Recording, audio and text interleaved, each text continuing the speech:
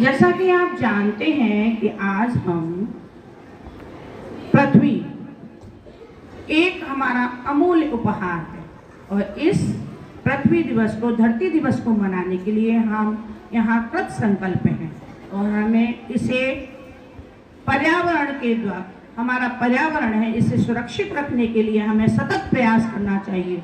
और हमें क्या करना चाहिए? एक संकल्प लेना चाहिए कि हम इसे प्रदूषित नहीं करेंगे, क्योंकि हमारे यहाँ जो वायु प्रदूषण है वो अत्यंत ही प्रभावित कर रहा है हमारे पर्यावरण को, और जिसके कारण से हमारे जो जल है, पृथ्वी पर वृक्ष हैं, नदियां हैं आदि इससे प्रभावित हो रही हैं। और वृक्ष इसीलिए हम लगाते हैं क्योंकि हमारा जो वायु प्रदूषण है, जल है, ये दोनों ही संरक्षित रहें और तभी हमारी ये पृथ्वी है हरी भरी रहेगी। इसे हरा भरा रखने के लिए पूरी दुनिया ने, विश्व में सभी ने कृत संकल्प होकर के 22 अप्रैल 1970 में इसे पूर्ण रूप से मनाने के लिए संकल्प किया। और इसका श्रेय पर्यावरणविद रेनाल्ड नेल्सन के लिए जाता है।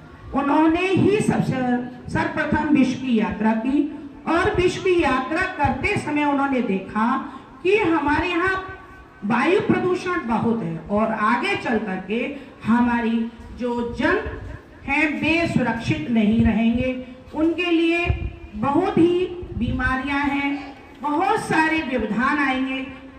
इसके लिए उन्होंने अपनी यात्रा को वहीं रोका और उसे रोक करके उन्होंने हमारी विश्व में पर्यावरण मनाने के लिए एक दिन निश्चय किया। वो दिन क्या है? 22 अप्रैल। और इसी 22 अप्रैल के साथ हम आज विश्व में सभी छोटे से लेकर बड़े इस पर्यावरण को सुरक्षित रखने के लिए हमें तत्पर रहना चाहिए, सतत प्रयास करना चाहिए। और हम क्या करेंगे? इसके लिए पौधे लगाएंगे, पौधारोपण करेंगे, जिससे हमारी पृथ्वी हरी भरी रहे। हमारा जल है, जो हमारा जल किसके द्वारा संरक्षित रहता है पृथ्वी पर? किसके द्वारा रहता है बेटा? वृक्षों के द्वारा, है ना। वृक्ष ही हमें अच्छी वायु देते हैं। क्या करेगा? पौधारोपण करेगा। एक छोटा सा उपहार, छोटी सी कथा के साथ। क्या है? एक दादाजी थे, उन्होंने क्या किया? दादाजी ने वृक्ष लगाए, कई वृक्ष लगाए। उन्होंने देखा कि इतने सारे वृक्षों में से 5 ही वृक्ष उगे हुए हैं और उन वृक्षों ने पृथ्वी को कैसा कर दिया? उर्वरक, उपजाऊ बना दिया। तो उन्होंने अपने पुत्र को कहा कि बेटा, आज के बाद आपको वृक्ष लगाना है, मैं रहूं या ना रहूं। उनके पुत्र ने उस धारा को निभाते हुए फिर उन्होंने वही 10 वृक्ष लगाए। उन्होंने भी वही परिणाम देखा।